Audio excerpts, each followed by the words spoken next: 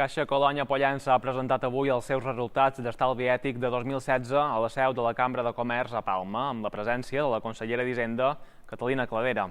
Unes dades que reflecteixen un creixement dels dipòsits d'un 41%, arribant a un volum total de 123 milions d'euros, 36 més que el 2015. L'entitat, que és l'única 100% balear, aposta per un model basat en l'ètica i la solidaritat sense necessitat de dependre dels mercats perquè el capital no surt de les illes. Asseguren que aquest model és totalment viable i de futur.